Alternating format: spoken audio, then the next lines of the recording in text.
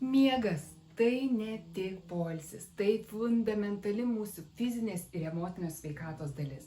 Tačiau mažai kas žino, kad vakarinė lėkštė daro įtaką miegui taip pat kaip ir ekranai ir šviesos. Šis ryšys seniai pastebėtas, o pastaraisiais metais vis plačiau pagristas ir moksliniais tyrimais.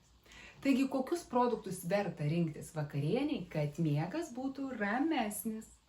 Tyrimai rodo, kad vakarienės sudėtis daro įtaką ne tik užmigimo greičiui, bet ir pačio miego kokybei, ypač giliojo miego trukmei. 2016 metais Journal of Clinical Sleep Medicine publikuotas tyrimas parodė, kad žmonės, kurie vartojo daugiau maistinių skaidulų ir mažiau sočiųjų riebalų bei cukraus, miegojo giliau ir rečiau prabusdavo naktį. Pagrindiniai miego draugai mūsų lėkštėje yra šie.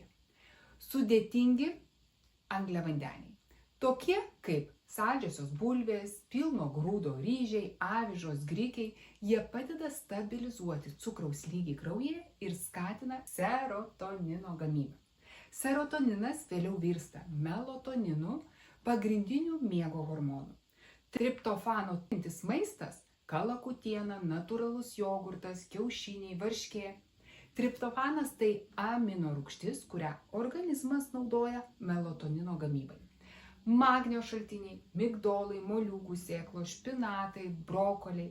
Magnis ramina nervų sistemą ir padeda kūnui pereiti į labiau subalansuotą poilsio būseną.